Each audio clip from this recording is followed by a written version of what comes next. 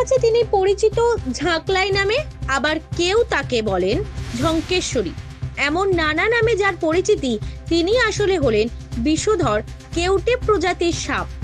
বংশ পরম্পরায় প্রতি বছর আষাঢ়ের শুক্লা প্রতিপদ তিথিতে তাকেই দেবী জ্ঞানে পুজো করে আসছেন পূর্ব বর্ধমানের ভাতার ও মঙ্গলকোটের 7টি গ্রামের বাসিন্দারা। মহা ধুমধাম করে ঝাঁকলাইয়ের পুজো হয় ভাতারের বড় পোশলা, শিকোত্তর, মুকুন্দপুর এবং মঙ্গলকোটের ছট পোশলা, পলসোনা, মুসারু এবং নিগন গ্রামে। আচ্ছা, আপনাদের আজ মুসারু গ্রামে মা ঝঙ্কেশ্বরী পূজা, এ নিয়ে কি বলবেন?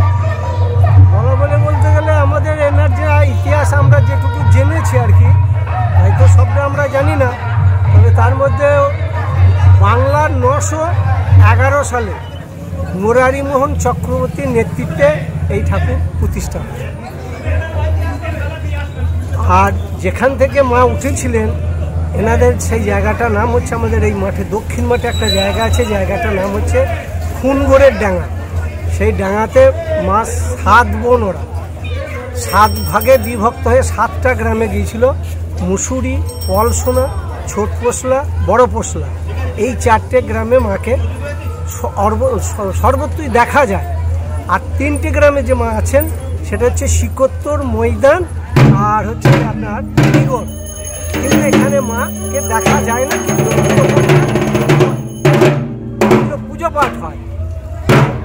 এর বিশেষত বলতে গেলে আজ থেকে ধরুন বছর 8 আগে আপনার যুগান্তর পেপার ওনারা মাকে নিয়ে গিয়েছিলেন, এখান থেকে বন দিয়ে নিয়ে ওখানে রেখেছিলেন এবং ওনারা রিসার্চ করে দেখেছেন যে অন্যান্য বিষধর সাপের থেকে এনার কোনো রকম কম নয়, বিষ।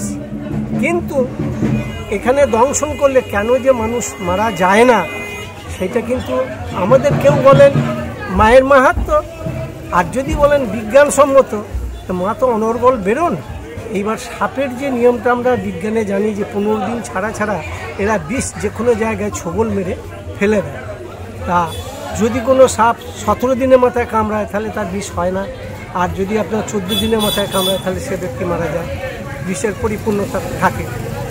আর আমাদের মা কন্টিনিউ বেরোন এবং সব সময় যেটা আপনার উনি নাড়ু ধরে, আমরা বলি নাড়ু, সেটা হচ্ছে আপনার ব্যাং বা ইঁদুর, উনি সর্বত্রই খাচ্ছেন, তাহলে সব সময়ের জন্য বিষটা তার মধ্যে প্রয়োগ হয়ে যাচ্ছে।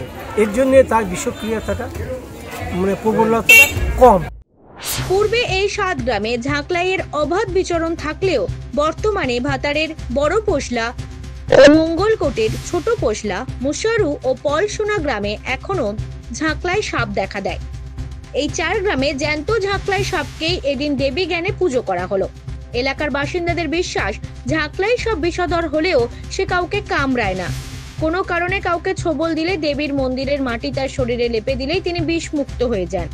এই বিশ্বাস নিয়েই আজও ঝাঁকলাই সাপকে সঙ্গ নিয়েই ঘর করেন এইসব গ্রামের বাসিন্দারা।